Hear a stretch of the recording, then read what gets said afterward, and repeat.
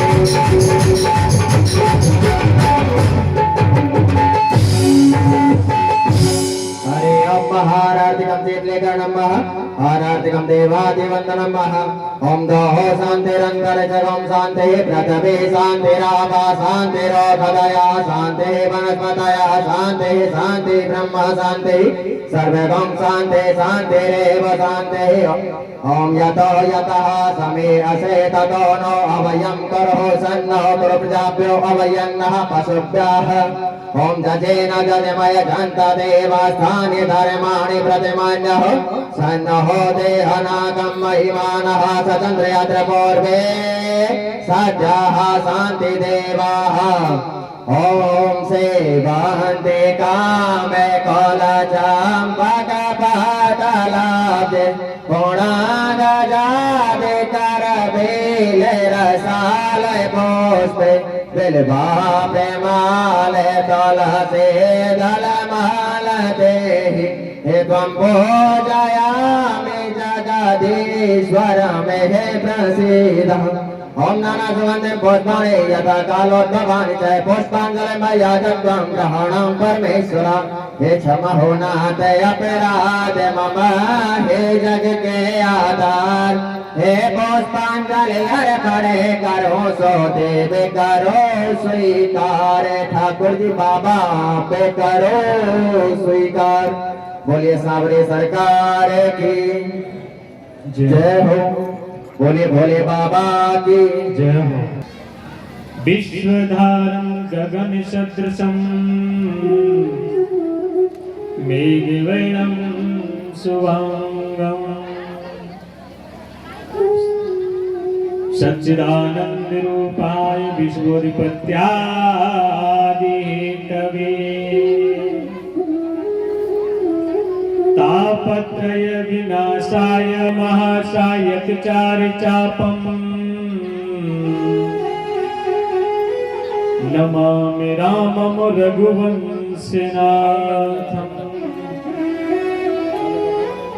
श्री गुरु चरण सरोज रज निज मन मुकुरे सुधार बरनौ रघुवर बिमल जसो जोधायक फलचार बुद्धिहीन तनु जानिके सुमरो पवने कुमार बल बुद्धि विद्या देह मोय हरो क्लेश विकार आद्रो देव की देव गर्भम जननन गोपी गए वर्धनम मायापतिम जीवतामम हननन गोवर्धन धारणम या देवी सर्वभूतेषु दयारूपेण संस्थिता नमस्तस्यै नमस्तस्यै नमस्तस्यै नमो नमः नमो भगवते तुभ्यं वासुदेवाय धीमहि पृथ्वीनानिरुद्धाय नमे संकर्षणाय च। श्री राधे सर्वेश्वरी रसिकेश्वर ब्रजधाम करो निरंतर जाप में ब्रज वृंदावन धाम हो कन्हैया ब्रज वृंदावन धाम।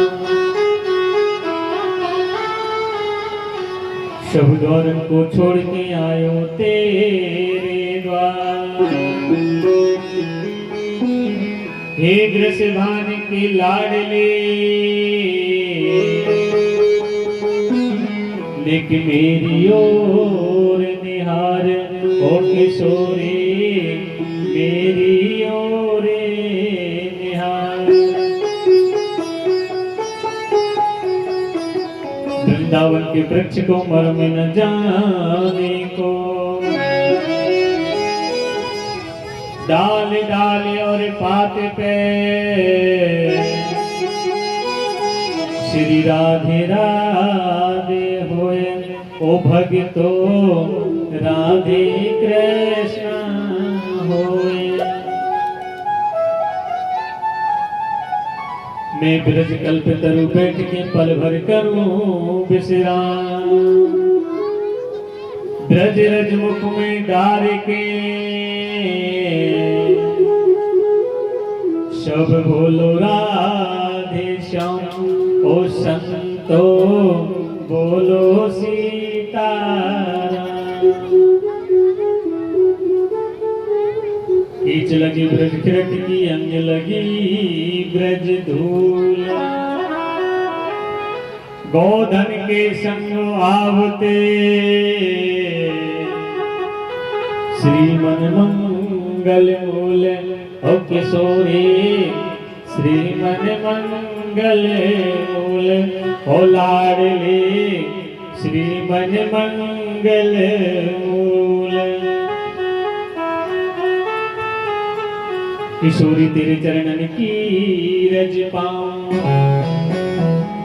बैठ रहूं कुंजन के कोने मैं श्याम राधे गाऊं ओ कन्हैया कृष्ण राधे के गाऊं। काऊ के बल भजन से काऊ के आचार प्यास भरोसे कुबर के सोबत पाम पसार ओ राधे रहबत पावे पसार।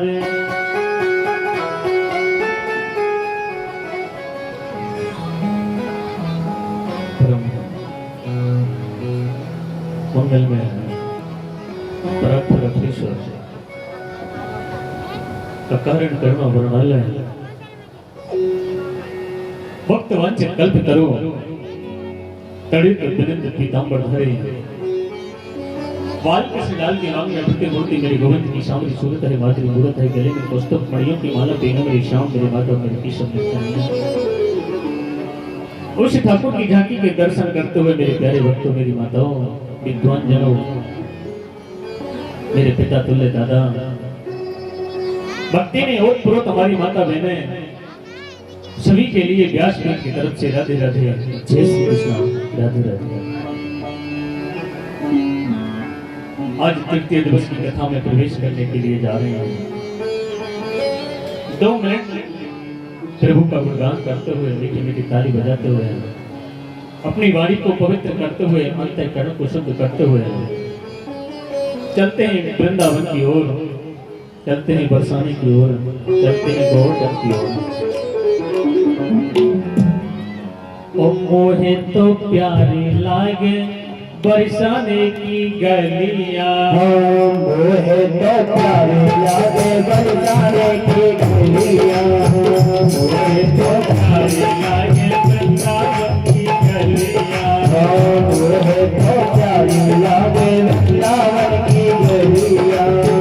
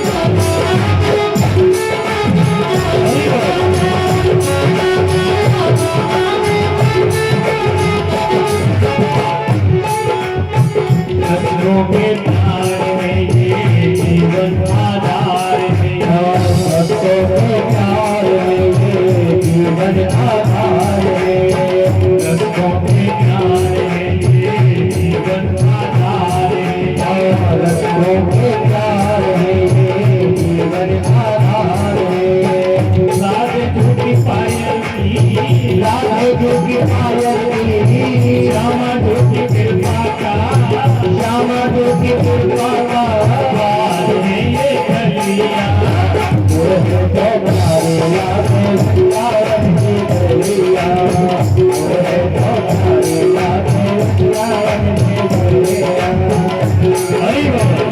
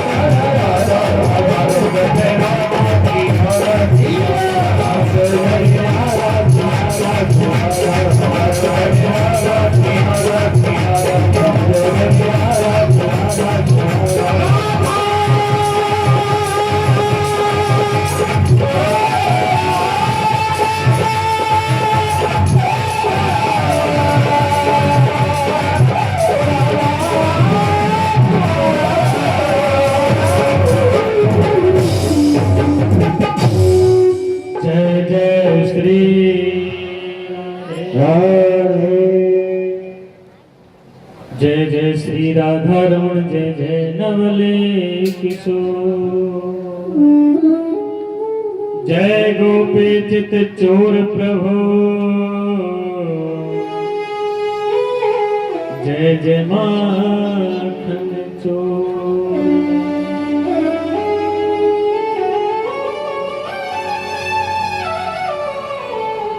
आइए भक्तों, भक्ति में ओतप्रोत सभी विद्वान जन, हमारी माताएं, चलते हैं अपनी कथा की तरफ, जहां पर आप सभी कल विराम लगा के गए थे। हमारी कल कथा पर विराम कि मैत्रेय मुनि कहने लगे, इस सृष्टि के प्रसंग, इस सृष्टि के जितने भी नियम हैं, सृष्टि में जो भी विद्यमान है प्यारे, ये सब मेरे गोविंद की लीला है। जो भी इस सृष्टि पर है वो सब ये लीला कहो, क्रीड़ा कहो, ये सब मेरे गोविंद की कृपा है। कौन कह रहे हैं?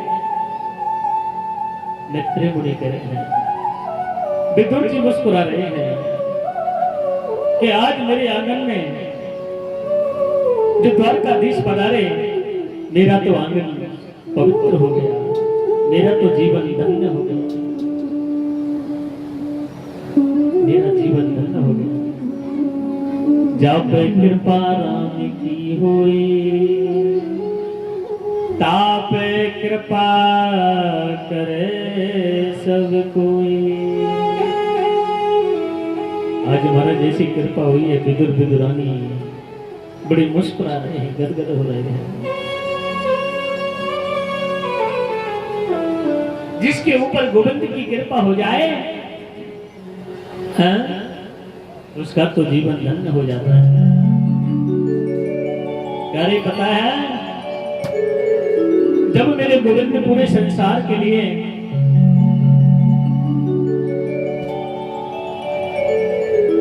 मान रहे थे क्या कि आप घर लेना चाहते हो, आप संसार में रहना चाहते हो, आपको क्या चाहिए?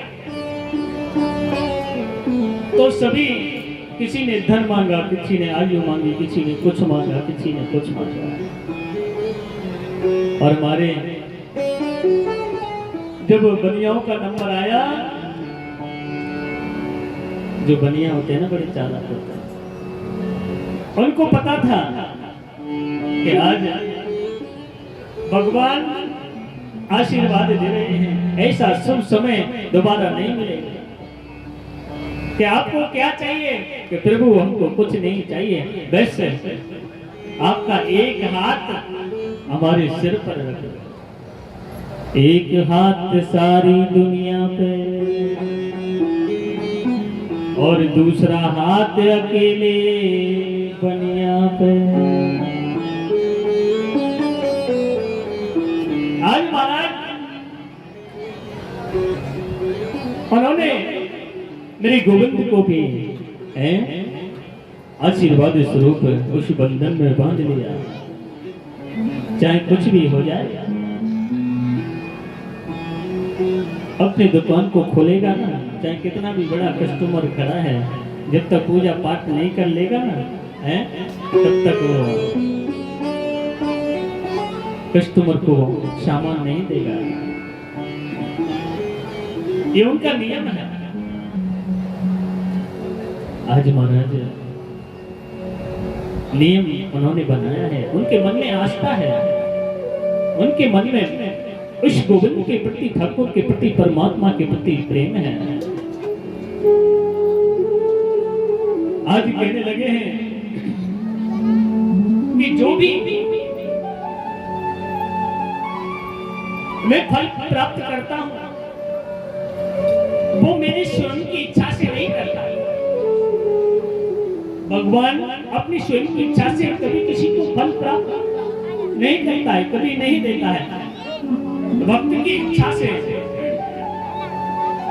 जो जैसा भक्त कर्म करता है, उसे भगवान उसी कर्म के हिसाब से फल प्राप्त करते हैं, फल देते हैं। कर से कर्म करो बेदीनाना, कर्म करो बेदीनाना, कर से कर्म करो बेदीनाना, कर से कर्म करो बेदीनाना, मन राखो जान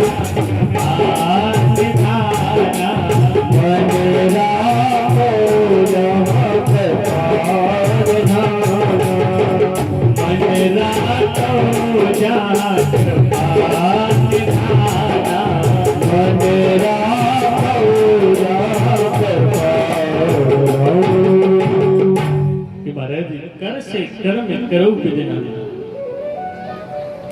जो इस जीवन में मनुष्य कर्म कर जाएगा उसी गोविंद उसी के कर्म के हिसाब से। कर से कर्म करो बिना, मन राखो जहाँ कृपा निधाना। आपका जैसा मन है कर्म करने का, अच्छा कर्म करने का मन है, बुरा कर्म करने का मन है, भगवान उसी हिसाब से उस भक्त को फल प्रदान कर देते हैं। आज महाराज ये सब बातें विदुर जी से कह रहे हैं। विदुर जी मुस्कुरा रहे हैं।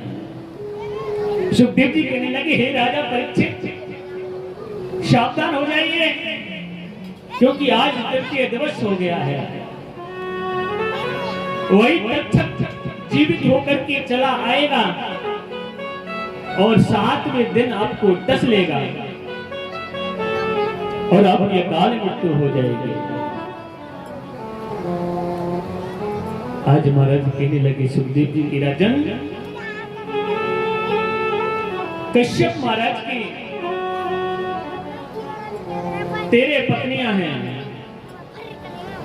और तेरे पत्नियों में सबसे बड़ी है दिति। दिति की 12 बहनें पुत्रवती हैं और दिति के पुत्र नहीं है। उसी समय दिति ने अपने पति कश्यप महाराज से कहा, हे स्वामी, मुझे पुत्र चाहिए, मुझे पुत्र की आवश्यकता है। कश्यप महाराज ने कहा, हे देवी, ये समय सायंकाल का है, ये समय काम सुख के लिए उचित नहीं है। इस समय भगवान शंकर अपने गणों के साथ में विचरण कर रहे हैं, इसलिए किया हुआ गर्भाधान जिससे गर्भ पर बहुत बड़ा असर पड़ता है, भूत प्रेतों का असर पड़ता है। दिति नहीं माने। कश्यप महाराज झुक गए और आज महाराज उसी समय कश्यप महाराज ने कहा कि देवी, आपके 2 पुत्र होंगे और दोनों पुत्र बड़े ही दुराचारी होंगे।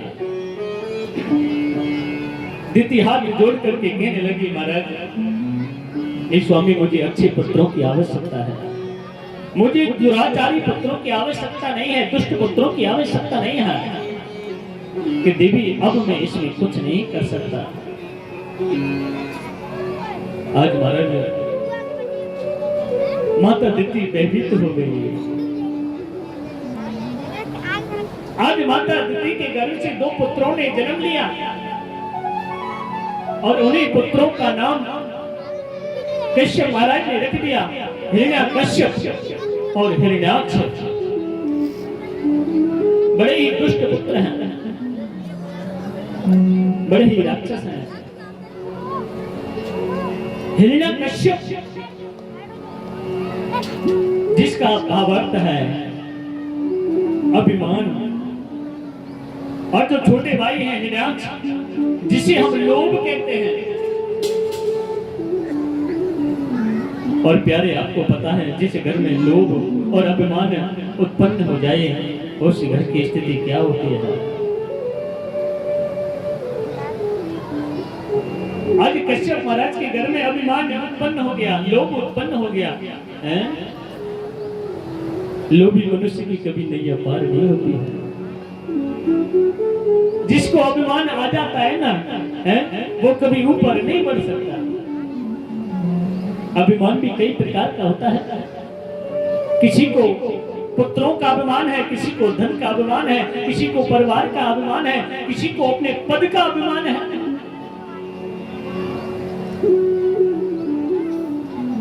प्यारे,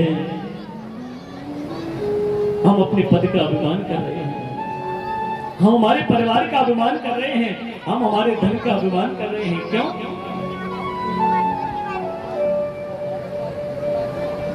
अभिमान ज्यादा दिन नहीं ठहरता है, उस अभिमान के पैर नहीं होते हैं। वो अभिमान लोग तो लंगड़े हैं।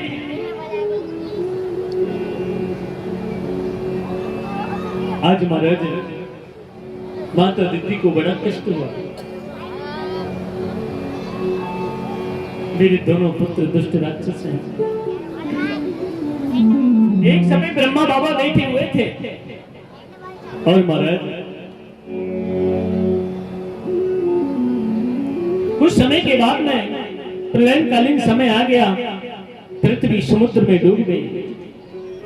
सभी देवता आकाश मंडल में विचरण करने लगे कि पृथ्वी को कौन लेकर के आए। सभी देवता मारे मारे आकाश में भ्रमण करते हैं। ब्रह्मा बाबा बैठे बैठे सोच रहे हैं। कोई भी काम होता है तो ब्रह्मा बाबा के बगैर नहीं होता। और ब्रह्मा बाबा को पता है कि सभी देवता आकाश मंडल में विचरण कर रहे हैं, भटक रहे हैं। बैठे बैठे सोच रहे थे कि उसी समय ब्रह्मा बाबा को छींक आ गई। और जैसे छींक आई महाराज, ब्रह्मा बाबा की नासिका में से एक सूगर का बालक उत्पन्न हो गया और उसी में से 12 भगवान प्रकट हो गए। बोलो 12 भगवान की जय हो। और महाराज जैसे 12 भगवान प्रकट हो गए, 12 भगवान से कहा ब्रह्मा बाबा ने कि जाओ समुद्र में से पृथ्वी को लेकर के आओ। उसी समय ब्रह्मा जी का आदेश मानते हुए 12 भगवान समुद्र के किनारे पहुंच गए और पृथ्वी को निकालने लगे महाराज समुद्र में से। उसी समय भ्रमण करता हुआ हिरण्याक्ष दौड़ता हुआ चला आ रहा है। रास्ते में देवर्षि नारद मिल गए। देवर्षि नारद को पकड़ लिया हिरण्याक्ष ने और कहने लगे, देवर्षि नारद रुकिए। तो बोलो भैया क्या बात है? अरे मुझे ये बताओ, खाली बीना बजाना आता है कि लड़ना झगड़ना भी आता है? देवर्षि नारद कहने लगे, श्रीमन नारायण नारायण नारायण। भैया हमने तो कभी लड़ना झगड़ना सीखा ही नहीं है। हमने तो कभी लड़ना झगड़ना सीखा ही नहीं है भैया। हमारे मुख में और हाथ में ये जिसके सारे शब्द श्रीमन नारायण नारायण को उच्चारण करते रहते हैं कि नहीं, तुमको मेरे से युद्ध करना पड़ेगा। इस श्रीमन नारायण से काम नहीं चलेगा। ये बीना बजाते रहते हो, श्रीमन नारायण करते रहते हो, आपको मेरे से युद्ध करना पड़ेगा। देवर्षि नारद कहने लगे, ज्यादा युद्ध करने की इच्छा हो रही है ना, बाजुओं में ज्यादा खुजली चल रही है ना, समुद्र के किनारे चले जाओ। 12 भगवान अपनी दृष्टाओं पर पृथ्वी को लेकर के निकल आ रहे हैं। आपकी ऐसी खुजली मिटाएंगे कि पता चल जाएगा। आज महाराज देवर्षि नारद वहां से चले गए। हिरण्याक्ष समुद्र के पास पहुंच गया और 12 भगवान से कहने लगा, इस कार्य को जो आप कर रहे हो उसे रोको। पहले आपको मेरे से युद्ध करना है। इस पृथ्वी को मैं नहीं लेकर के निकलने दूंगा। 12 भगवान कहने लगे, भैया क्या बात है, क्या चाहता है? अरे नहीं, मुझे युद्ध करना है आपसे। युद्ध में बाद में कर लूंगा, पहले जिस कार्य के लिए मुझे भेजा है उस काम को तो मैं कर लूं। आज महाराज भैनाक से ललकारने लगा। उसी समय बारह भगवान ने सोचा ठीक है, हमारा काम तो हम बाद में भी कर लेंगे, हैं? तुझे बड़ी जल्दी हो रही है, पहले तेरा ही काम पूर्ण कर देते हैं।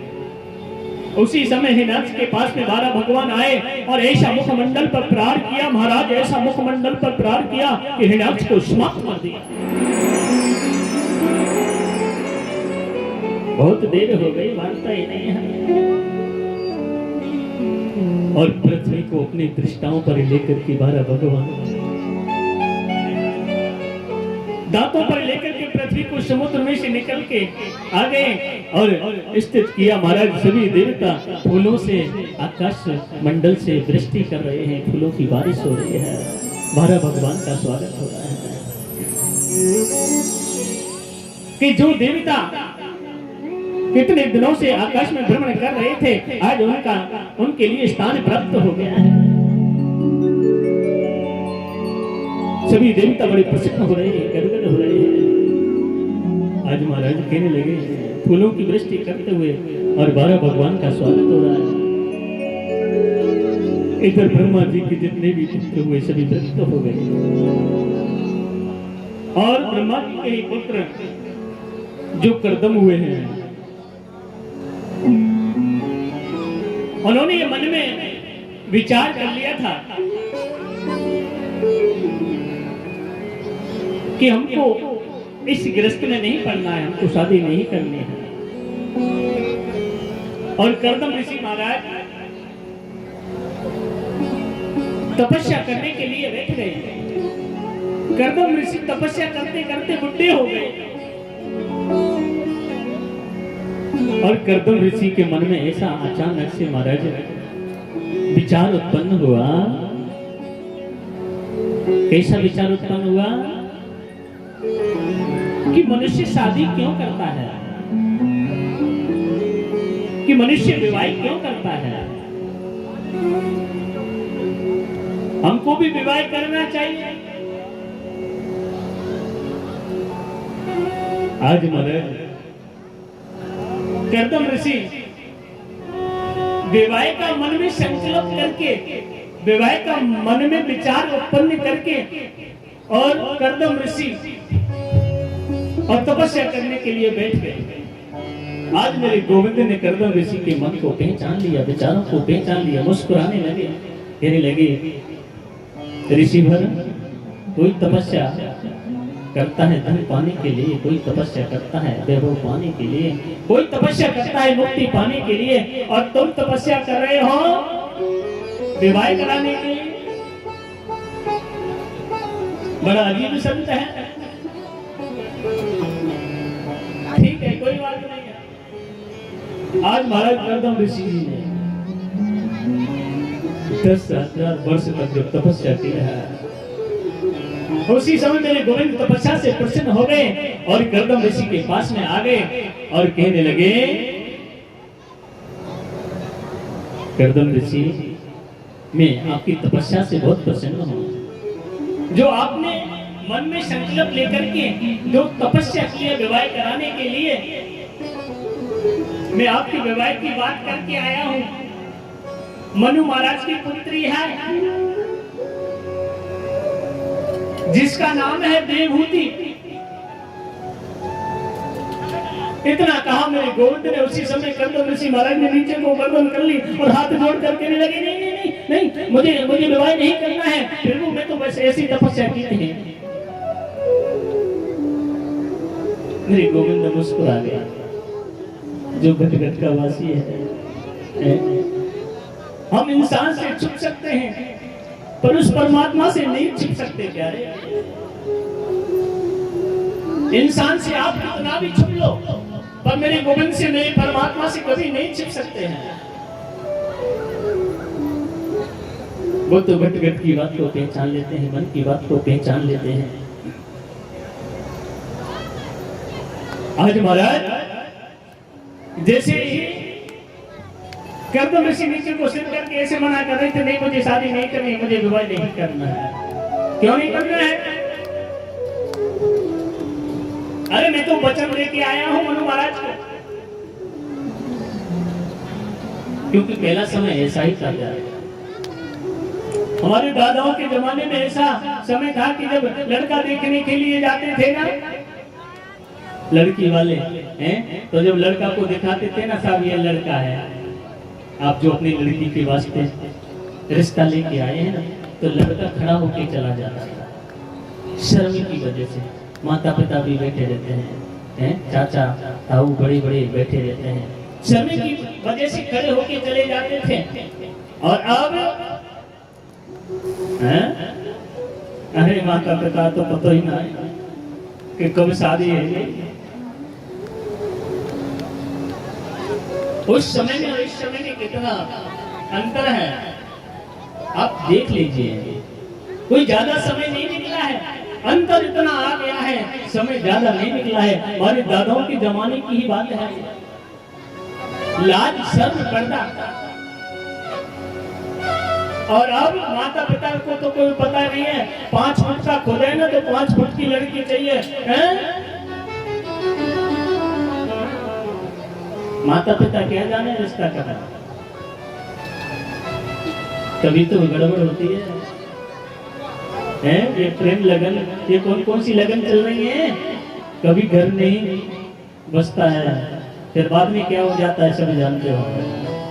और जो माता पिता अपने पुत्र का रिश्ता पक्का करते हैं, उस खानदान को, उस परिवार को देखते हैं कि वो परिवार कैसा है, वो हमारी लड़की के लिए कैसा रहेगा, हैं? उस परिवार में हमारी इज्जत रहेगी कि नहीं रहेगी, हमारा रिश्ता चलेगा कि नहीं चलेगा। और जो लड़का अपने मन पसंद शादी करेगा तो वो रिश्ता प्यारे कभी नहीं चलने वाला है, कभी नहीं चलने वाला है। एक बार बोलना पड़ेगा, जय जय श्री राधे। महाराज अगर आपको अपना रिश्ता तय करना है, अपने बच्चे का भविष्य बनाना है, अपने बच्चे की लाइफ को खराब नहीं करना है, तो आप खुद अपने पुत्र का रिश्ता तय करिए, नहीं तो बाद में आपको भी रोना पड़ेगा, फिर बात समाज में फैलेगी, आपको शर्मिंदा होना पड़ेगा। आज महाराज गर्दन ऋषि कह रहे हैं, नहीं नहीं मुझे शादी नहीं करनी है, नहीं करनी है। क्यों नहीं करनी है? क्या मेरी बात को खराब कराओगे? अरे मैं तो मनु महाराज को वचन लेके आ गया कि ठीक है महाराज, तुम कहते हो तो मैं कर लूंगा। क्या कहा? तुम कहते हो तो मैं कर लूंगा, पर लेकिन मेरी एक शर्त होगी। अरे मैं तेरी शादी भी कराऊं और दूसरी शर्त भी है। अरे शर्त क्या है? कि शर्त मेरी ये है कि आपको मेरी पत्नी के गर्भ से जन्म लेकर के मेरे घर आना पड़ेगा। अभी तो महाराज मेरे गोविंद कहने लगे, धन्य हैं? ये भक्त बड़े चालाक होते हैं, परमात्मा से, मेरे गोविंद से, मेरे ठाकुर से। एक तो इसका रिश्ता कराऊं और फिर उसके बाद में मैं इसकी धर्म पत्नी के गर्भ से जन्म लेकर के आऊं। बड़ी विचित्र लीला है भक्तों तुम्हारी, पर लेकिन ठीक है।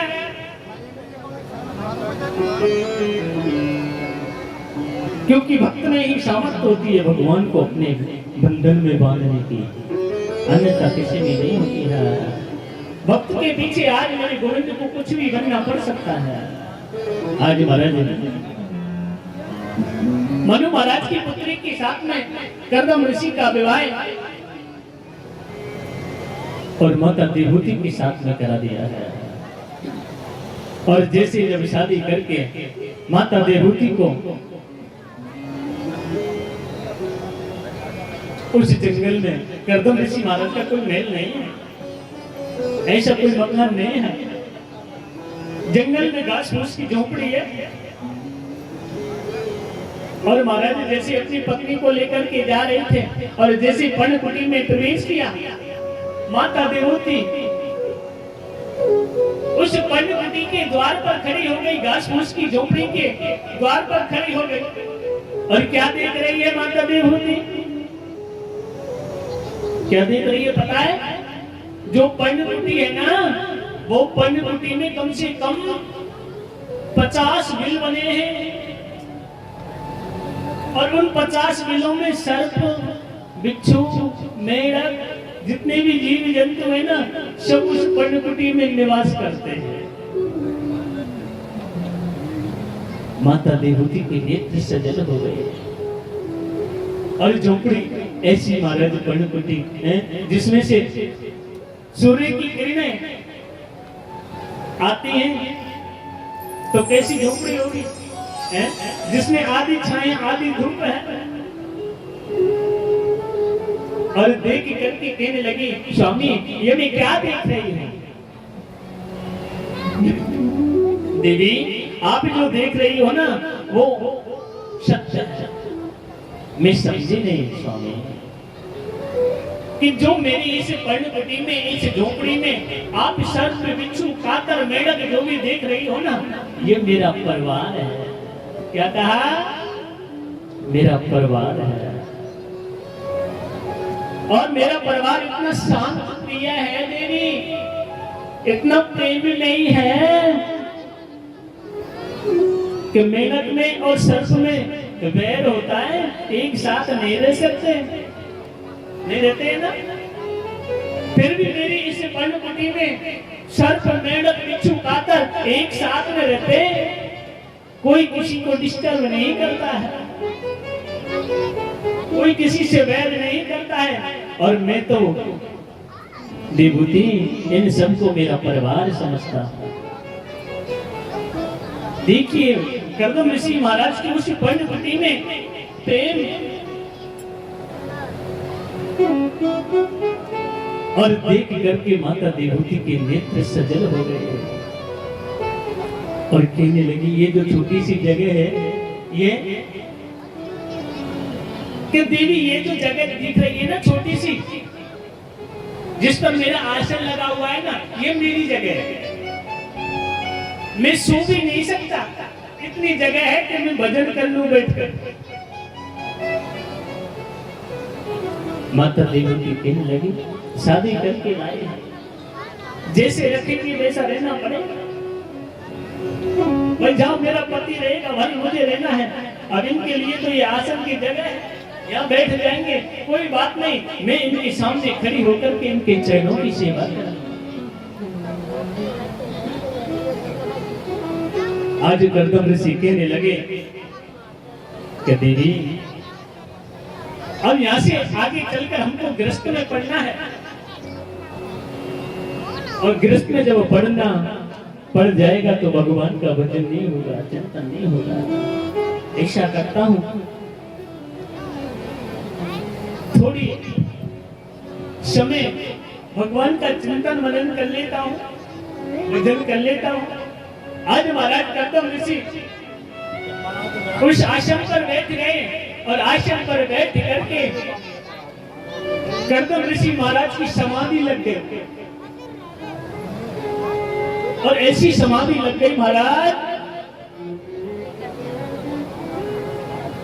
कि धीरे धीरे धीरे धीरे कर्दम ऋषि महाराज का समय निकलता चला जा रहा है और माता देवहूति अपने पति के चरणों की सेवा कर रही है। धन्य है ऐसी माता देवहूति के लिए जिसका पति तपस्या करने के लिए बैठ गया, और माता देवहूति सुबह कुछ भी पान फूल फल मिलता है जंगल में से तोड़ के ले आती है और खा लेती है, और कर्दम ऋषि के पास बैठ करके चरणों की सेवा कर रही है। कर्दम ऋषि महाराज को तपस्या करते करते करते करते 12 वर्ष हो गए, फिर भी माता देवहूति कहीं नहीं गई, चरणों की सेवा करती रही। और जैसे 12 वर्ष के बाद में आंखें खुली, आंखें खुलते ही कर्दम ऋषि ने कहा, देवी आप कौन हो? क्या कहा? आप कौन हो? 12 वर्ष में इंसान बहुत बदल जाता है, इंसान तो 1 मिनट में बदल जाता है। अब की बात छोड़ो, 12 वर्ष की बात छोड़ो। अभी आपको कुछ बोलेगा, 2 मिनट के बाद में किसी ने फूंक दे दी तो बस बदल गया है। और वो 12 वर्ष में जो 12 वर्ष हो गई महाराज, और जैसे देखा देवहूति की तरफ कहा तुम कौन हो, उनको याद नहीं है, वो भूल गए, उस तपस्या में लीन हो गए थे, उन्हें पता नहीं है कि ये मेरी पत्नी है। हाथ जोड़कर कहने लगी माता देवहूति, मैं आपकी धर्म पत्नी मनु महाराज की पुत्री। स्वामी आपको याद नहीं है? हाँ कुछ याद है।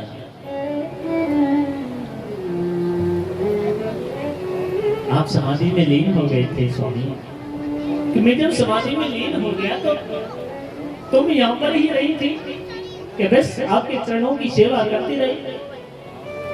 जैसे आपकी तपस्या में 12 वर्ष निकल गई, ऐसे मेरी तपस्या में भी 12 वर्ष आपके चरणों में निकल गए हैं।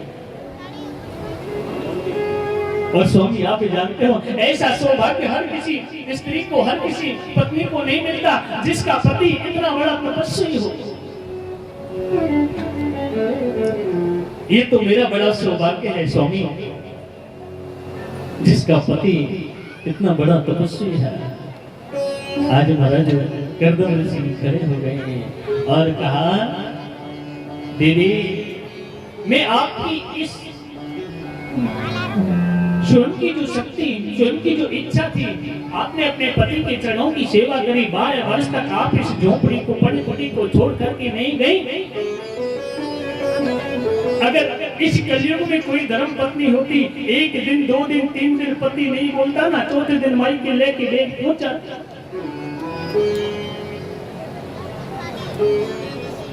आज महाराज देखिए, और धन्य है वो माता देवहूति के लिए जो 12 वर्ष अपने पति के चरणों में बिता दी है। और महाराज उसी समय माता देवहूति से कहा, देवी नेत्र बंद करिए। दोनों नेत्र बंद किए हैं माता देवहूति ने। आज महाराज पनारों की धीरे धीरे धीरे धीरे आवाज आने लगी, पनारे चचा रहे हैं, छम छम छम बारिश हो रही है, झिंगुर मुर पपैया बोल रही है। और जैसे ही कहा नेत्र खोलिए, माता देवहूति ने नेत्र खोले हैं, और नेत्र खोलते ही एक खिड़की के पास जाकर के देख रही है कि पनारे चुचा रहे हैं, रिमझिम बारिश हो रही है, बगल से कोयल मोर पपैयों की आवाज आ रही है। और जो पर्णकुटी है ना, उस पर्णकुटी के पास में महाराज बड़ा सुंदर महल बन गया, और उस पर्णकुटी को न देखती हुई आज माता देवहूति महल के दर्शन कर रही है। स्वामी ये क्या है देवी, ये मेरी तपस्या से भी ज्यादा फल तुम्हारी तपस्या का फल है। मैंने तो 2 तपस्या की है ना, वो तो मुझे मिल गया, लेकिन जो आपने मेरे चरणों की तपस्या की है, मेरे चरणों की सेवा की है, उन चरणों की सेवा से ही आज तुम्हें ये वैभव सब कुछ प्राप्त हुआ है। आज माता देवहूति के साथ में करदम ऋषि बड़े प्रेम के साथ में रह रहे हैं। धीरे धीरे समय निकलता चला जा रहा है। इधर महाराज उल्टा हो गया, भगवान से वादा किया था, वचन लिया था कि आपको मेरे घर जन्म लेकर के आना पड़ेगा, और जब जन्म लेके आओगे उसी समय मैं गृहस्थ को छोड़ करके वन में तपस्या करने के लिए चला जाऊंगा।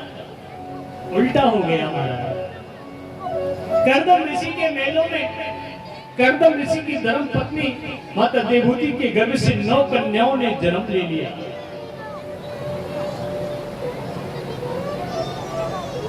भक्त भगवान से चालाक बनता है, पर भगवान के आगे भक्त की चालाकी नहीं चलती है।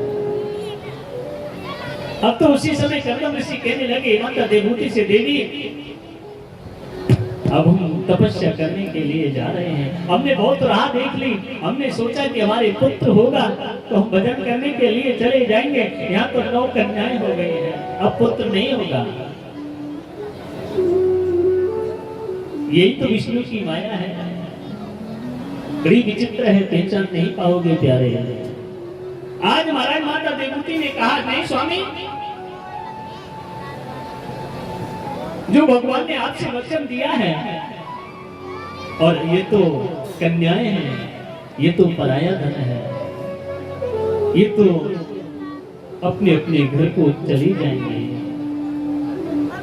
आज महाराज कुछ समय के बाद में माता देवहूति के 10वें पुत्र ने जन्म ले लिया है, और जैसे 10वें पुत्र ने जन्म लिया है, उसी पुत्र का नाम कर्दम ऋषि ने कपिल रख दिया है। बोलो कपिल महाराज की जय। और महाराज जैसे कपिल जी का जन्म हुआ, जन्म होते ही कर्दम ऋषि अपना कमंडल उठा करके और वन में भजन करने के लिए प्रस्थान कर।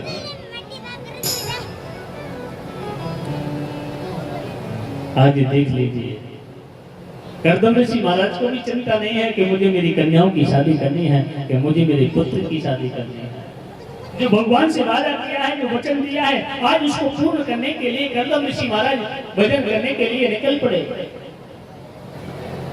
और महाराज धीरे धीरे धीरे धीरे समय निकलता चला जा रहा है। कपिल जी महाराज 5 वर्ष के हो गए हैं। माता देवहूति ने अपने पुत्र कपिल के लिए कौपीन पहनाई, माथे पे चंदन लगाया है, और सुंदर वस्त्र पहना करके छोटी सी व्यास गद्दी बनाई, और छोटी सी व्यास पीठ बना करके, और जैसे ही जब कपिल जी को व्यास गद्दी पर बैठा रही थी माता देवहूति, उसी समय कहा, माँ आप ये क्या कर रही हो? माँ उल्टी गंगा बह रही है। पुत्र को माता की सेवा करनी चाहिए, और आप अपने पुत्र की सेवा कर रही हो माँ।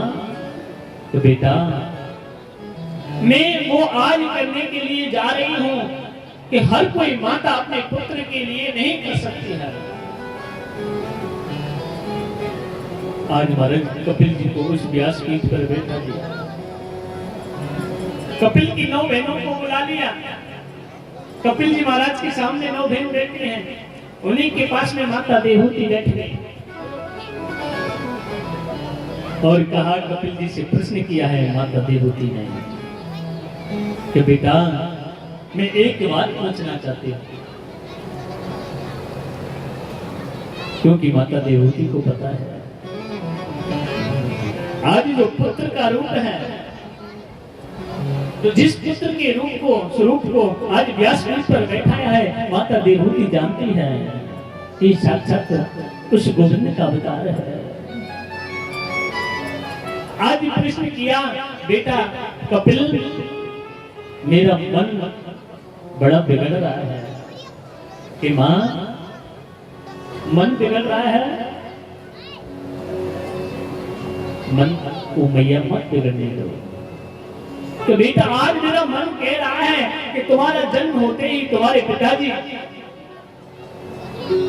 घर को छोड़ करके और भजन करने के लिए चले गए। मेरा मन कहता है आप अपने पिता को वापस लौटा करके ले आओ।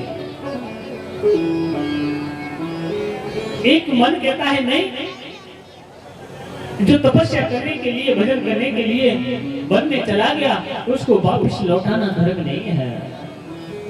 उसके भजन में तपस्या में बाधा बनना उचित नहीं है। आज महाराज कपिल जी कहने लगे, माँ तुम कौन से मन की बात करती हो? ये मन है ना, ये बड़ा चंचल है। इस मन की इच्छा कभी पूरी नहीं होती है। आप भजन करने के लिए माला लेकर के बैठ जाओ, हाथ में माला लग रही है और आपका मन पता नहीं कहां पर सफर कर रहा है। बॉडी प्रेजेंट है, माइंड एब्सेंट है। एक मन थोड़ी देर में पता नहीं कहां से कहां पहुंच जाता है। मां इस मन को अपने केंद्र में रखिए। अगर मन आपके ऊपर हावी हो गया, अगर मन ने आपके ऊपर काबू पा लिया, तो आपकी कभी भी मन की इच्छाएं पूरी नहीं हो सकती हैं। इस मन को इतना मत दौड़ाओ, इस मन को अपने कंट्रोल में रखिए। कि इसको आगे मत बढ़ने दो, और मन की इच्छाएं कभी पूरी नहीं होती है। एक बार बोलना पड़ेगा, जय जय श्री राम। आज महाराज आज कहने लगे कपिल जी के माँ, आज आपको मेरे पिताजी की याद आ रही है। माँ कोई किसी का नहीं है संसार में, ये तो हमारे रिश्ते हैं। जिस पिताजी को आप याद कर रही हो, अब वो वापस लौट करके भी नहीं आ सकते हैं। इस मन को ज्यादा मत दौड़ाइए। और आपको पता है माँ, ये जीव है ना, ये जो मन है ना, ये बड़ा विचित्र है। ये सबसे संबंध जोड़ लेता है और सबसे संबंध तोड़ भी देता है। कि माँ, जब ये माँ के गर्भ में ये जीव होता है तो ये एक बेर की गुठली की समान होता है, और धीरे धीरे महाराज कपिल जी महाराज अपनी माँ को शांति योग दे रहे हैं कि माँ, जब ये जीव 3-4 महीने जब पूर्ण होने के लिए जाते हैं तो इसके मांसपेशियां, नख आदि इस शरीर का विस्तार होने लगता है माँ की गर्भ में कि माँ। और जब ये 9 मास पूर्ण करता है, जब भी माँ कोई तीखा मीठा खट्टा खाती है तो इस जीव को जलन होती है। जब ये जीव उस परमात्मा को, उस गोविंद को याद करता है, उससे विनती करता है, हे गोविंद, हे परमात्मा, हे मेरे ठाकुर, हे मेरे माधव, हे मेरे केशव, मुझे गर्भ से बाहर निकालिए, मुझे जलन होती है। मैं आपका भजन करूंगा, मैं आपकी तपस्या करूंगा, मैं आप संतों का सम्मान करूंगा, गृहस्थ में बड़े प्रेम से रहूंगा, सबके साथ संबंध बना के रखूंगा। और माँ, जब ये जीव गोविंद से विनती करता है तो गोविंद इसकी उस विनती को स्वीकार करते हैं। और जब ये जीव इस पृथ्वी पर आ जाता है माँ, और जन्म होते ही माँ इस जीव को कलयुग की हवा लग जाती है। और जैसी कलयुग की हवा लगती है, कलयुग की हवा लगते ही ये सब धीरे धीरे भूलता चला जाता है। जिस माँ ने उसको जीव को जन्म दिया है, उस माँ को ही भूल जाता है। जिस पिता ने उसको बड़ा किया है, उस पिता को भूल जाता है, फिर तो साहब कोई नहीं है। धीरे धीरे बड़ा हो जाता है, माता पिता बड़ा संस्कार देते हैं, माता पिता इसकी शादी कर देते हैं, और शादी कर देते हैं तो धर्म पत्नी आ जाती है। और जब धर्म पत्नी आ जाती है तो माता पिता का तो फिर ठिकाना ही नहीं है। फिर ना मिलेगा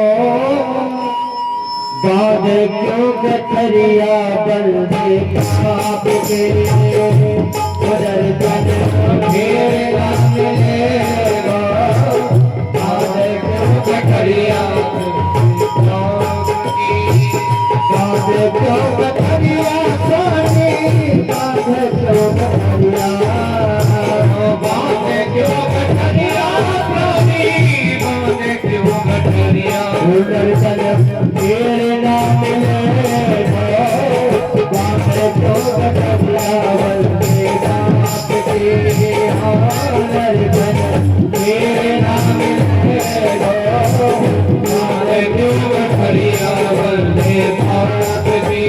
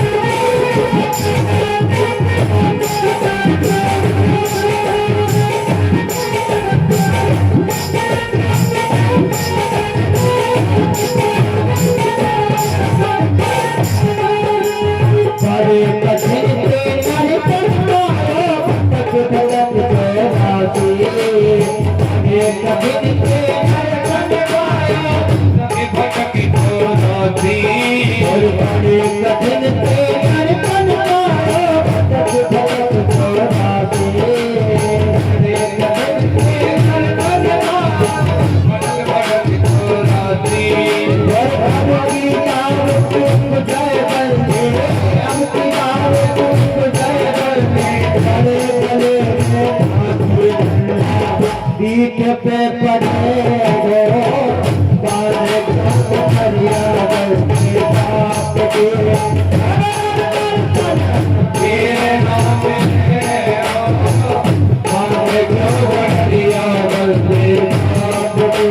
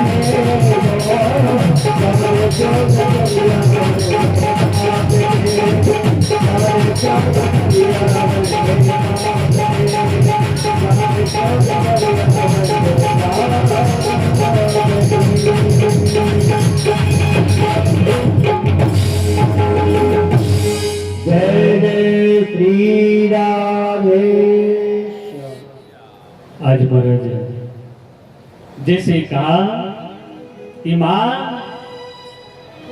जब इस जीव की शादी हो जाती है और जब धर्म पत्नी आ जाती है और जिस मां ने इस जीव को जन्म दिया है और उसी मां से उसी पिता से अलग हो जाता है, फिर माता पिता कौन होते हैं कर्तव्यरस में क्या करे बेचारा, वो भी परेशान है। पत्नी आ गई है, पत्नी की नहीं माने तो परेशान। इधर माता पिता की नहीं माने तो परेशान। फिर भी माता पिता क्या कहते हैं पता है? कोई बात नहीं बेटा, हम समझते हैं तेरी परेशानी। अगर हम हमारे हिसाब से अगर हम कहें कि नहीं तो हमारी आज्ञा के बगैर नहीं चलेगा तो मेरे पुत्र का घर खराब हो जाएगा। फिर भी माता पिता कितने संतोषी होते हैं प्यारे, कितने संतोषी होते हैं। धन्य है उन माता पिता के लिए, फिर भी अपने पुत्र का घर बचाने के लिए वो कहते हैं बेटा कोई बात नहीं है, तू तेरी धर्म पत्नी के साथ में अच्छी तरह से आनंद से रहे, हम तो हमारा जीवन जैसे भी निकलेगा निकाल लेंगे। और बस महाराज वो धर्म पत्नी है ना, धीरे धीरे माता पिता को भुला देती है, फिर चाचा ताऊ को भुला देती है, परिवार को भुला देती है, फिर नाते रिश्तेदारों को भुला देती है। मैं सबकी नहीं कह रहा हूँ। और फिर क्या होता है बताए? बस मैं, मेरे सिवा कोई नहीं है। घर पे भी अपना नाम नहीं। हमारे हिंदू धर्म में पता है हमारे घरों पे पहले क्या लिखाते थे हमारे दादा? आचार्य देवो भव, पितृ देवो भव, मातृ देवो भव, अतिथि देवो भव। और अब अपने मकान पे अपना नाम, अब श्रीमती जी कहे नहीं तुम्हारे नाम से काम ना चलेगा, बहुत मकान को जो बोर्ड रहे ना आगे बापे मेरो नाम नीचे होना चाहिए, फलाने का मकान श्रीमती जी उनकी धर्म पत्नी की है, माता पिता जीते जी मार दिए। भले पति का नहीं लिखे पर धर्म पत्नी का पहले लिखना चाहिए। कितनी संस्कृति बदल रही प्यारे, कितनी संस्कृति बदल रही है। आचार्य देवो भव, अतिथि देवो भव, पितृ देवो भव कहाँ चले गए? बोर्ड लगा दिया गेट पे, और बोर्ड पे क्या लिख लेते हैं? क्या लिखते हैं? कुत्तों से सावधान, कुत्तों से सावधान। सिटी में जाके देखना, गांव में तो अभी थोड़ा सिलसिला चलने लग गया, वैसे हवा आ रही है धीरे धीरे। सिटी में जाके देखो, हर कॉलोनी में गेट पे ये लिखा मिलेगा आपको, हैं? गेट पे लिखा बोर्ड लग रहा है, कुत्तों से सावधान बोर्ड लग रहा है, श्रीमान जी का और श्रीमती जी का। माता पिता पता नहीं कहाँ रहते हैं, क्या है क्या नहीं, कोई ठिकाना नहीं। और फिर महाराज दस में मेरे सिवा और मुझे किसी की जरूरत नहीं है। और प्यारे जब एक दिन ऐसा आ जाता है, ऐसा आ जाता है, कैसा आ जाता है? जब इस जीव की, इस मनुष्य की गाड़ी दलदल में फंस जाती है, उस दलदल में फंस जाती है। जब इस जीव को सब कुछ याद आता है, माता पिता याद आते हैं, भाई बंधु सब याद आते हैं, परिवार याद आता है। जब क्या कहता है? तुमेव माता च पिता तुमेव, तुमेव बंधु च सखा तुमेव, तुमेव विद्या द्रविडं तुमेव, तुमेव सर्वं मम देव देव। ना तो भगवान की जरूरत थी पहले नहीं, और सबसे बड़े जो भगवान है ना माता पिता हैं, उनकी जरूरत नहीं थी। आज वो सब याद आ रहे हैं, भाई भी याद आ रहा है, पूरा परिवार याद आ रहा है। आज तो याद करेगा, एक दिन तो बंदे ऐसा आएगा तू कितना भी कर ले, मेरा है ये मेरा है ये मेरा है। अरे तेरे प्यारा कुछ भी नहीं है तेरा इस संसार में, तेरा तो शरीर भी नहीं है। कौन कहता है ये मेरा शरीर है? तेरा तो शरीर भी नहीं है, तू खाली फोकला वैसे अभिमान करता है। मेरे पास में 4 गाड़ी है, मेरे पास में 6 मकान है, मेरे पास में ये है, मेरे पास में ये। तेरा कुछ नहीं है, तेरा तो ये तन भी नहीं है, ये तो उसने किराए से लिया है, मेरे गोविंद ने किराए से लिया है। जिस दिन उसका ऑर्डर आ जाएगा, ये मकान भी खाली करना पड़ेगा। ये मकान भी खाली करना पड़ेगा प्यारे। आज कपिल जी कह रहे हैं मां इस संसार में हम तो अपना शरीर भी नहीं कह सकते कि हमारा शरीर है, ये तो हमने भाड़े से लिया है और फिर भी हम इतना ऊंचा अभिमान करते हैं, हाँ? आज सुखदेव जी के लगे रजन देखिए, एक 5 वर्ष के कपिल जी महाराज अपनी माता के लिए शांति योग दे रहे हैं कि मां, पर इस जीव की महाराज ऐसी भ्रांति हो गई है कि पूछो मत।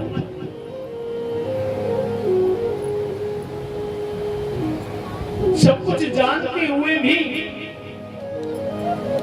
सब जानते हैं कि माता पिता की सेवा सबसे श्रेष्ठ है। कौन नहीं जानता है? मेरे बताने से थोड़ी है, मैं कोई नई बात थोड़ी बता रहा हूं। सास ससुर की सेवा सबसे श्रेष्ठ है? माता पिता तो घर में रो रहे भूखे और गोवर्धन की परिक्रमा चल रही है, तेरो भलो है यार। ऐसी परिक्रमा तुझे कभी भवसागर से पार करने वाली नहीं है। माता पिता को बैठा दिया भूखा। मुझे कथा याद आ गई है।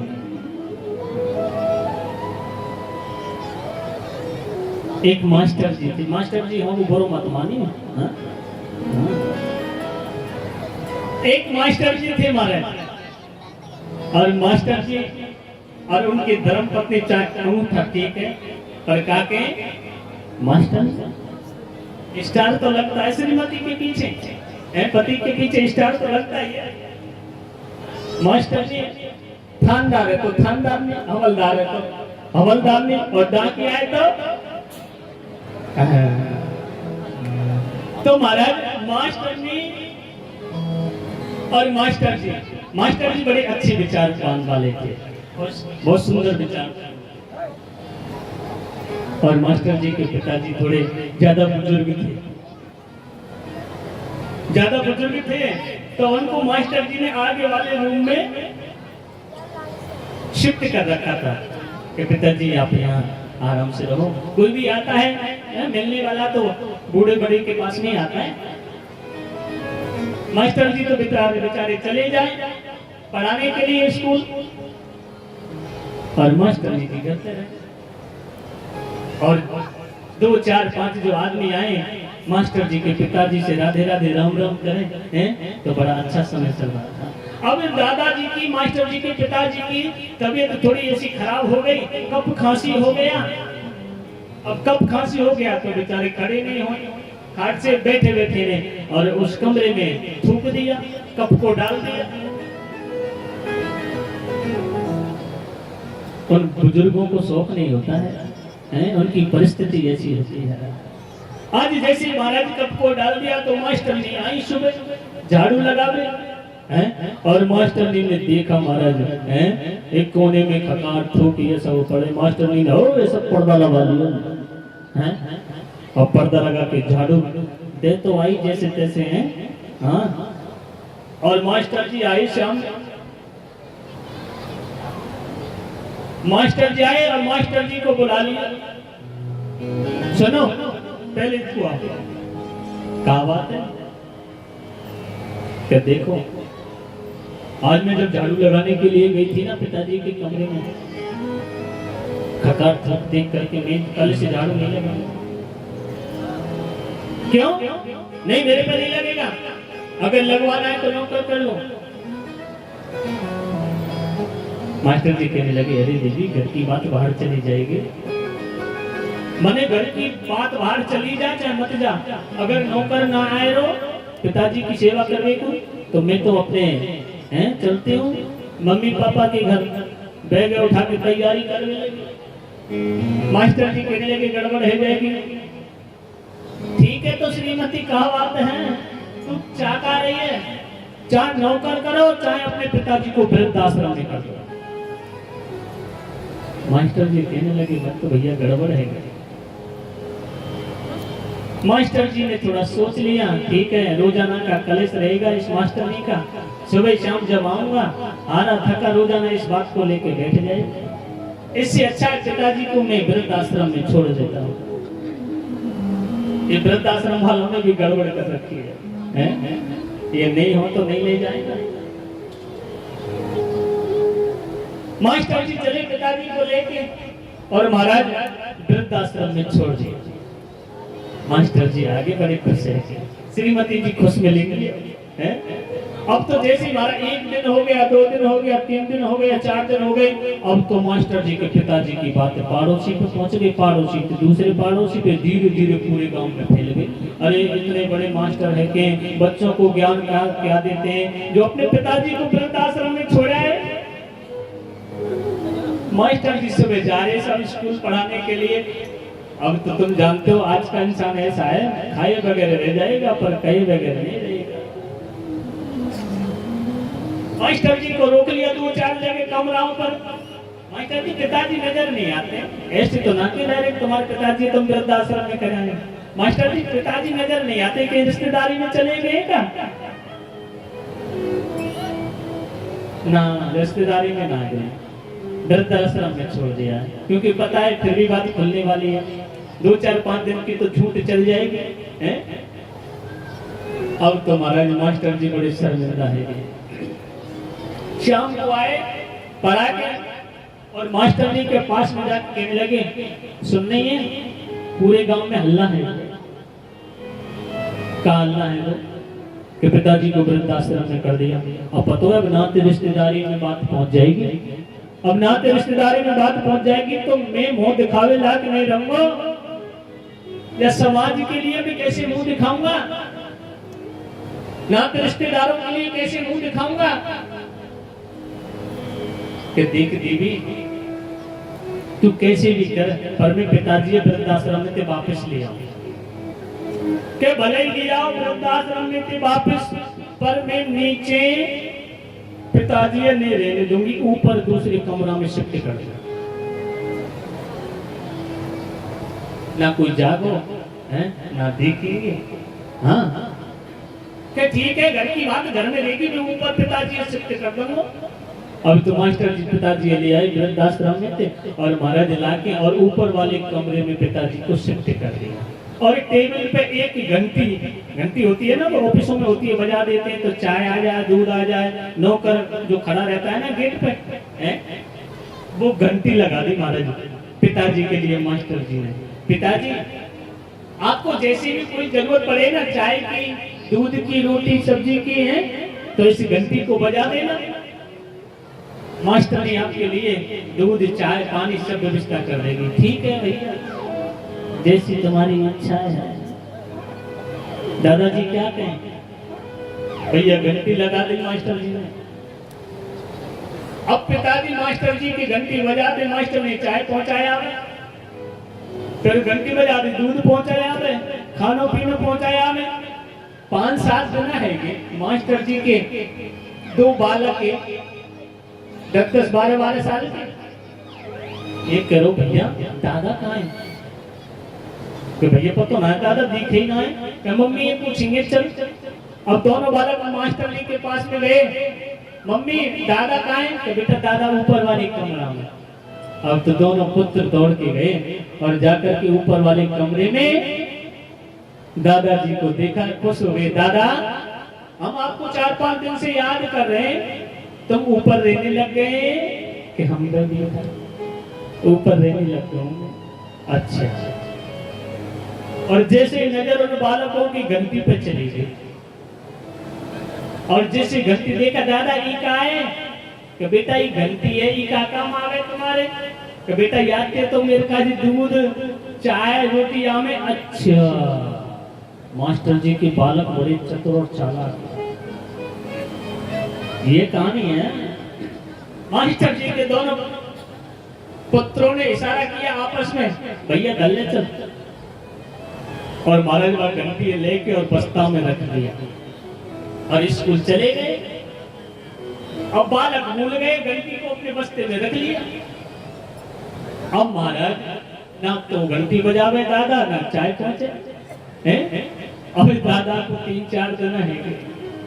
अभी एकदम मास्टर लिए ख्याल आयो 3-4 जना है कि दादाजी ने घंटी ना बजाई तो ऐसो तो ना दादा सतक गो हो। अब तो जल्दी से फोन करो मास्टर जी स्कूल में। अरे मास्टर जी ने कही ना सुनने का। हाँ बस कहा बात है, अरे जल्दी आ जाओ। वो तो ऐसा लगे पिताजी चले गए दिखे। मास्टर जी ले मोटरसाइकिल भागे महाराज जल्दी से और आकर के देखा ऊपर वाले कमरे में गए। ऊपर वाले कमरे में महाराज दादाजी बैठे आराम से। मास्टर जी की तसल्ली है, हाँ पिताजी सही है बैठे। कि पिताजी कैसे 3-4 दिन से घंटी नहीं बजा रहे? भैया काते बजाऊं घंटी, तेने घंटी रखी वह घंटी तेरे पुत्र ले गए, अब बता कैसे घंटी बजाऊं। मास्टर जी ने दोनों पुत्रों को बुलाया कि बेटा इधर आओ, दादा की घंटी तुमने ली? कि हाँ पिताजी। काय को ली? कि ये हमने संभाल के रखी है पिताजी, अभी घंटी है ना हमारे काम आवेगी, जब तुम बुढ़े हो जाएंगे ना तो ये घंटी तुम्हारे लिए काम आएगी, हम इस घंटी को संभाल के रखेंगे। तो मेरे प्यारे, आप जैसी घंटी माता पिता को लगाओगे आपके जीवन में भी लगने वाली है। आप जैसे अपने माता पिता की सेवा करोगे हैं तो आपकी भी सेवा होगी, और जब आप अपने माता पिता की सेवा नहीं करोगे तो आपकी सेवा होने वाली नहीं है। ये पक्का कंफर्म है। जियत बाप से दंगा में दंगा, जियत बाप से दंगा में दंगा, जियत बाप से दंगा में दंगा, जियत बाप से दंगा में दंगा, मरे बाप को जाने गंगा, मरे बाप को जाने गंगा, मरे बाप को जाने गंगा, मरे बाप को जाने गंगा। जियत बाप से दंगम दंगा, जीते जी तो महाराज ऐसे लगे रहते हैं माता पिता की खाल को नोचने के लिए हैं। प्रेम से भोजन नहीं मिले दादा। ये जो आजकल के नई जनरेशन बैठी है ना, इनको बड़ा बुरा लग रहा होगा महाराज जी हमारी बुराई कर रहे हैं। अरे प्यारे, मैं तुम्हारी बुराई नहीं कर रहा हूँ, मैं तुम्हारे भविष्य की बात कर रहा हूँ। तुम्हारा भविष्य भी उज्जवल हो जाएगा, सुधर जाएंगे तो तुम्हारी भी सेवा हो जाएगी। और माता पिता की आत्मा को मत रोवाइए, और जिस माता पिता की आत्मा जीते जी रो जाती है ना वो कभी फलीभूत नहीं होता है। कभी आप पर्चा करके देख लेना, और देख रहे होंगे सबसे बड़ा माता पिता का ही आशीर्वाद होता है। माता पिता की सेवा सबसे श्रेष्ठ होती है। मैया सास ससुर की सेवा सबसे श्रेष्ठ है। हाँ मैं कह रही महाराज आपका हमारा नंबर ना लियो, आप तो दादा ही दादा को नंबर आ रहा हो।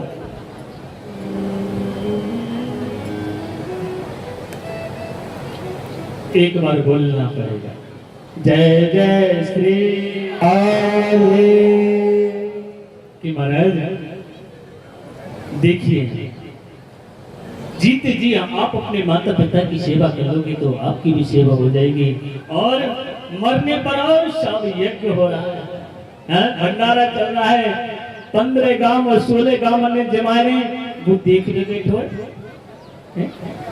अरे वो तो भैया चले गए, अब पीछे से तू कितनो भी बड़ो यज्ञ कर। 15 गांव ने भोजन करा, 20 गांव ने भोजन करा, तेने जीते जी तो बापू गिलास पानी ना पिवायो। अब तू कितना भी भंडारो यज्ञ कर ले, बाकी आत्मा को शांति नहीं मिलेगी। ये पक्का है। जिसकी जीते जी उसकी आत्मा को रुलाया है, उसकी आत्मा को शांति नहीं मिलने वाली है। कपिल जी कहने लगे, माँ ये संसार है ना अपने भाग्य अपने कर्म पर आधारित है। अपने भाग्य और अपने कर्म पर आधारित है। हम जैसा करेंगे हमको वैसा ही फल मिलेगा। इतना महाराज शांति योग देकर के कपिल जी महाराज व्यासपीठ से उतरे और आचमन किया और आचमन करके और सीधे गंगा सागर क्षेत्र में चले गए, जहां पर मकर संक्रांति को जाते हैं। कब जाते हैं कपिल मुनि के आश्रम पर? मकर संक्रांति। आज महाराज कर्दम ऋषि का वंश आगे नहीं बढ़ा, क्योंकि कपिल जी महाराज तपस्या करने चले गए, आगे कोई नहीं था। माता देवहूति का वंश यही पूर्ण हो गया। माता देवहूति की दो बहनें हैं, त्रिशुति और आकुति। त्रिशुति का विवाह दक्ष प्रजापति के साथ हुआ और महाराज त्रिशुति का विवाह दक्ष प्रजापति के साथ। और दक्ष प्रजापति के एक कन्या का जन्म हुआ, उस कन्या का नाम है सती। और सती ने अपने दक्ष प्रजापति की बगैर आज्ञा के माता सती ने भोलेनाथ से पाणी ग्रहण संस्कार कर लिया, भोलेनाथ से विवाह कर लिया। दक्ष प्रजापति नहीं चाहते थे, दक्ष प्रजापति भोलेनाथ से द्वेष रखते थे, बैर रखते थे। शमशान में रहता है, भस्म रमाता है, भूतों के साथ में रहता है, ऐसे वर के साथ में मैं मेरी पुत्री सती का विवाह नहीं करूंगा। माता सती चाहती कि मुझे उस भोलेनाथ से, शंकर भगवान से विवाह करना है। अपनी इच्छा से माता सती ने विवाह भोलेनाथ से कर लिया। इस पर दक्ष प्रजापति नाराज हो गए। धीरे धीरे समय निकलता चला गया। कुछ समय के बाद में दक्ष प्रजापति ने बृहस्पति सवन यज्ञ का आयोजन किया और उस बृहस्पति सवन यज्ञ में सभी देवताओं के लिए निमंत्रण भेज दिया, पर महाराज शंकर भगवान के लिए निमंत्रण नहीं भेजा, क्योंकि आपसे विरोध चल रहा था। और महाराज जैसे जो माता पार्वती सती कैलाश पर्वत पर भ्रमण कर रही थी, उसी समय सभी देवता आकाश मार्ग से जा रहे थे दक्ष प्रजापति के, जहां पर यज्ञ चल रहा था, यज्ञ प्रारंभ होने वाला था। और जैसे माता सती ने सुन लिया कि मेरे पिता दक्ष प्रजापति ने बृहस्पति सवन यज्ञ का आयोजन किया है, दौड़ करके आई और भोलेनाथ से कहने लगी, स्वामी सुनते हो, आपके ससुर यानी कि मेरे पिताजी ने बृहस्पति सवन यज्ञ का आयोजन किया है, उस यज्ञ में हमको चलना चाहिए। उसी समय कहा, नित्रा भूमन्यं संद्रिय दक्षिणात ये निशभ्रामानेन प्रपातम तम प्रभो। आज महाराज भोलेनाथ कहने लगे, सती आप सब जानते हो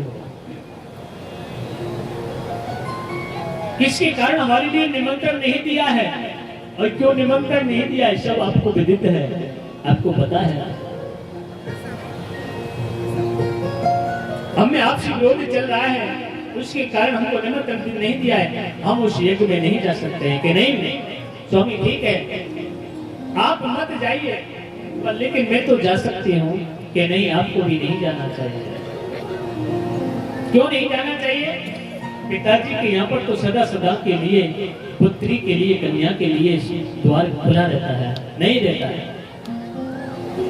भोलेनाथ कहने लगे, देवी पिता का द्वार एक वर्ष में 2 ही बार खुला रहता है, जो बगैर पूछे, बगैर निमंत्रण की कन्या जा सकती है पिताजी के यहाँ पर, रक्षाबंधन को और भाई दूज को, अन्यथा बगैर बुलाई नहीं जाना चाहिए। भोलेनाथ वो समझा रहे हैं माता सती को, माता सती नहीं मान रही है। आज महाराज माता सती जिद पर के रुक गए, ठीक है नहीं मैं तो जाऊंगी, मुझे जाना है। पिताजी जो आपसे विरोध को लेके बैठे हैं उसको भूल जाएंगे। आज महाराज माता सती उस यज्ञ में दक्ष प्रजापति के यहाँ पर पहुंच गए हैं। ऋषभ बोले सती तुम जाओ मती बाबुल की नगरिया बोले सती तुम जाओ मती बाबुल की नगरिया बोले सती तुम जाओ मती बाबुल की नगरिया